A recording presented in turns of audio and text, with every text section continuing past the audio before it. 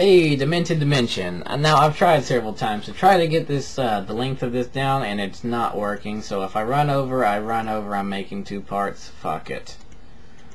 Anyway, starting out. Therians and Otherkin. No, the mysticism. You need to check out Takamizuna's video on this subject, where he basically calls it a bastardization and a rape of his Indian heritage. Well, that's probably true, because if you think about it, most new beliefs and religions basically rip wholesale from another one and change some of the ideas. Now, does that make them bad? No, it does not. Does that make it an insult to old ideas? No, it does not.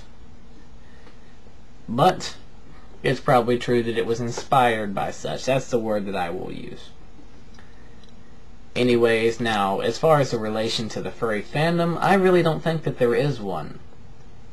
They are separate. Therians, furries, otherkin, all separate ideas, belief systems, fandoms, etc. Now, they only resemble each other on the most superficial of layers. And just then, it's resemble, not even the same. So, moving on from that, MTV, Vanity Fair, CSI, all that good stuff. Anyways, they did all the coverages, and they started the furry stereotype if it wasn't already going around, or they popularized it basically either way.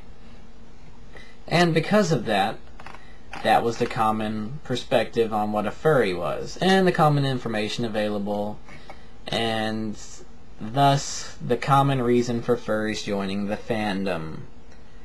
Continuing the stereotype. Now there is hope. We have been overcoming this. In the last several years, we've actually been making good progress. It is now to the point to where you will see, you didn't used to, but you will now see fair broadcasts about us. There are fair news reports. The fandom conventions are growing still. You've got actual fair sitcoms referencing, and late night show referencing, like, what was it, Back to You on the sitcom, where they said, okay, one person said, hey, isn't that all the people dress up in furry costumes and have sex? Another one says they claim it's not. And then one walking through, not even involved in the conversation, says, people dressing up in costumes and not having sex? How twisted is that? How much better could you ask for from a sitcom? That's about as fair of a lighthearted ribbing as you'll get it. Then they went through and basically made puns off of animal costumes, which it was funny enough, but not insulting in the least. If anyone took insult from that, smack. Yeah, retarded. Yeah, whatever. Anyways, moving on. Plushies. Oh, goody, right? I don't really have anything particular against plushophiles, whatever. But here's the thing, alright? Plushies are basically pocket pussies. They're sex toys. Maybe they're used because there's not actual furry pocket pussies widely available yet. Though someone did link me to a site that has furry dildos and pocket pussies and plushies on it. And like random art and humorous things. It was a really strange mix of disturbing and humorous. Whoever designed the site had a sense of humor, and I could appreciate this even with all the disturbing content. Go figure. But plushies, the plushies are a sex toy.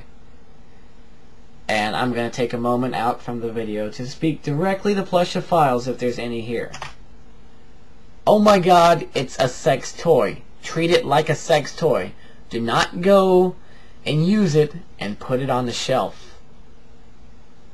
It's a sex toy. Keep it where you would keep a sex toy. And for dear God's sake, if it's got stains on it, why would you put it out in the open? Oh, just blows my mind how freaking stupid you can be. It's not a stuffed animal once you've used it. It's a sex toy.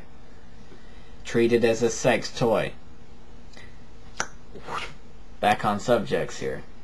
Anyways, not gonna knock that. That's their thing.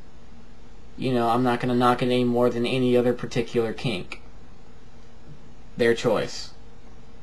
Treat it like a sex toy and it's all groovy. I guess this would lead directly into creepy people. You know, the fandom is a lot more open, it's a lot more accepting, and a lot warmer than real life society. Well, I guess it is a part of real life society, so mainstream society. There we go. So that's a double-edged sword. With that more warm and welcoming appearance, you also get people that would not dare pop their heads out in normal society for any prolonged period of time. Now, this ranges from the harmless, slightly weird person to the make you think that they're a stalker at first glance person. And we have someone like this in the small community I live in, to where basically this guy's got a good heart, he's a nice enough guy, but he's the guy you expect to see in your rear view mirror when you're driving home, and you get chills. I mean, it's nice enough, don't know what to really do about all that, just more open and accepting, you're going to have more weirdos. I'm sorry. There's not much you can do. It's directly, inversely proportional, my bad. Oh god, it's too early. That's directly proportional. Oh, shoot me, smack me, insult me for that, I deserve it. Anyways, I'm not redoing it, screw it. Guys in the fandom. Why would you have more guys in the fandom?